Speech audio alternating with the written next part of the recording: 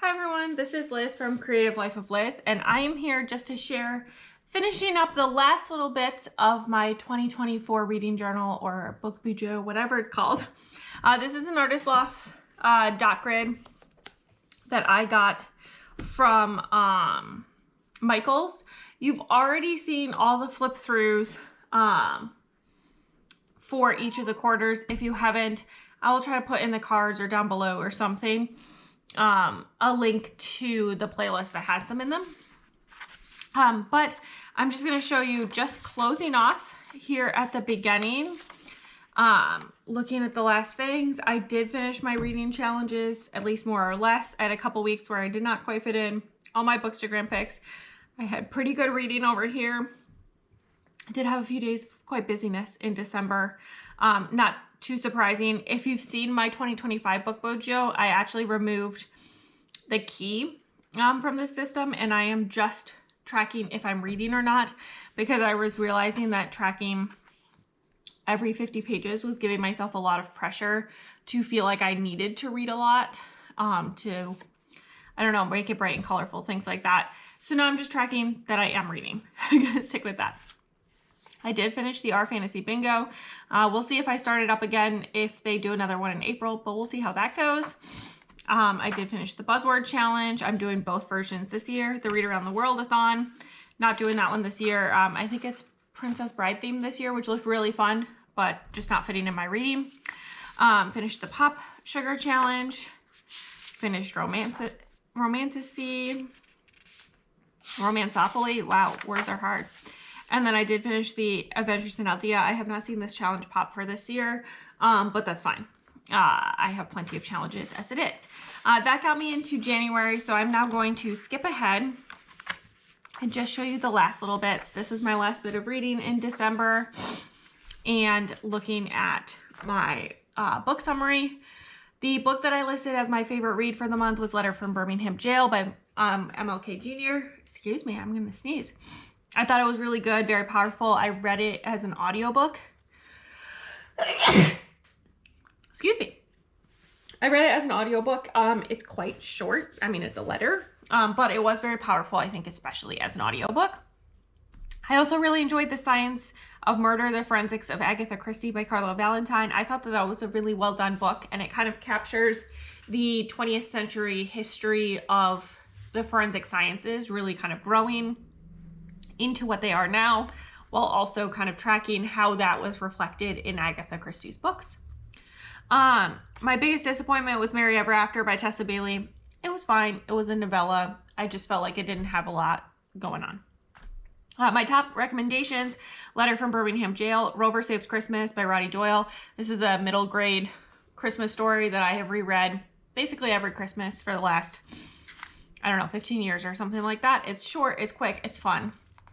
The Science of Murder, The Enigma Girls by Candace Fleming. That was also really good and very informative, and it looked at some of the girls. They were all like teenage girls, so girls who were involved at Bletchley Park during World War II. And then Amsterdam, A History of the World's Most Liberal City by Russell Shorto. I thought that was also a very interesting read, looking at the history of Amsterdam and how it really reflects liberalism in its broadest sense of the term, not the political sense, the broader sense.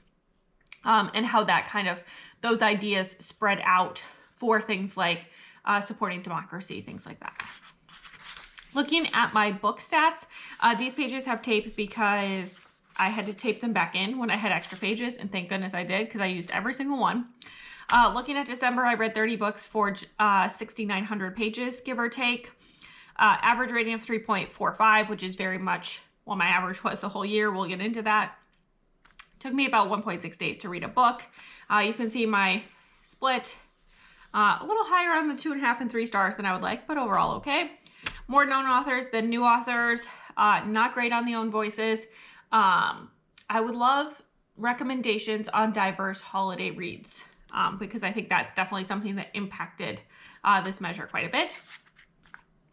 Looking at the genre, probably like 55 to 60% romance, not too surprising because again, holiday romances. Of those, most of them were contemporary romance. Again, not surprising, holiday romances. I read a lot of audiobooks and ebooks, a bit of other things. This is for a couple of reasons. One, travel definitely means I read a lot more on my Kindle or as audiobook.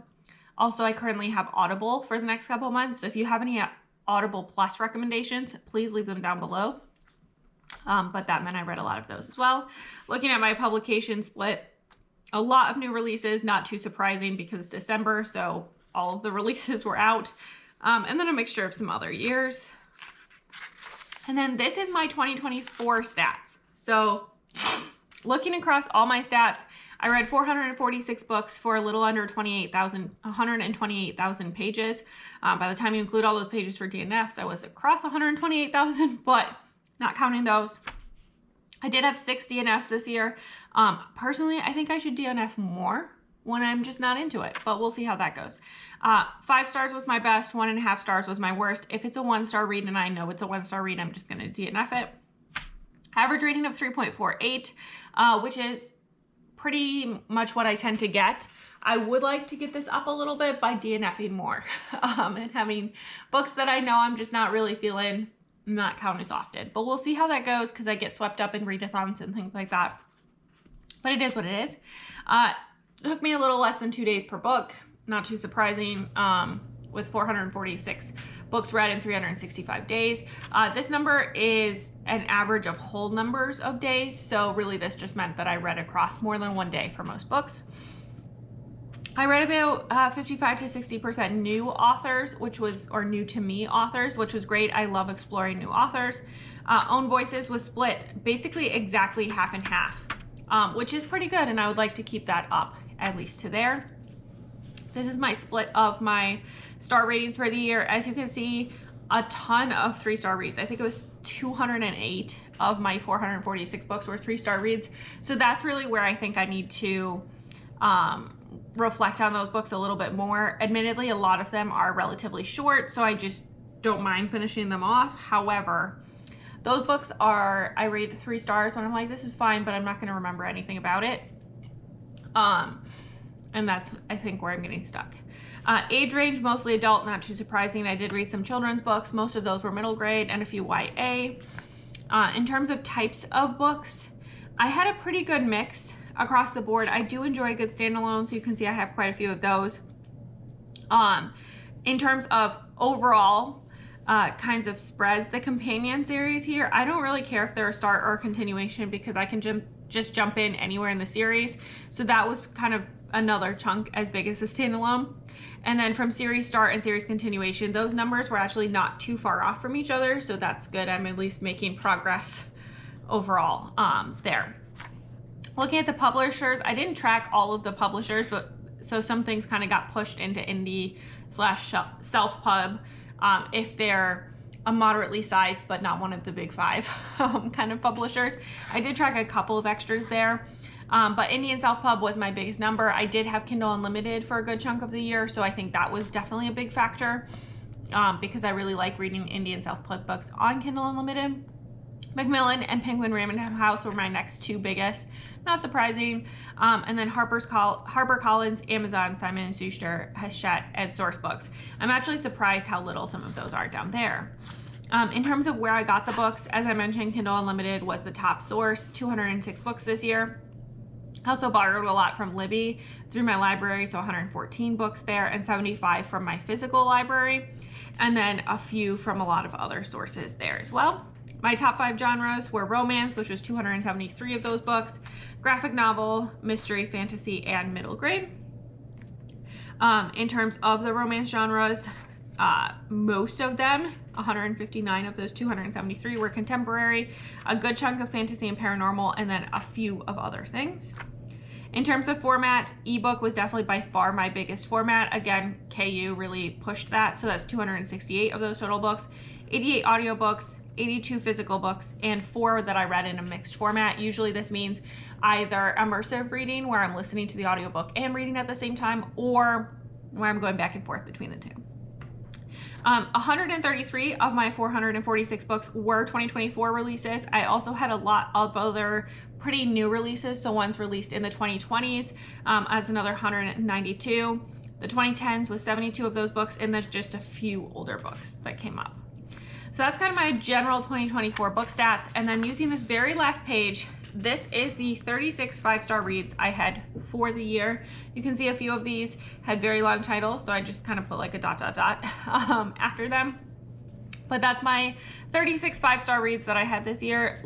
Taking that set of 36, I made a list of my top 10. This is not in order. This is just 10 of them. I picked Only in Forever by Chloe Leese. This was part of the Bergman brothers, and I really enjoyed this one.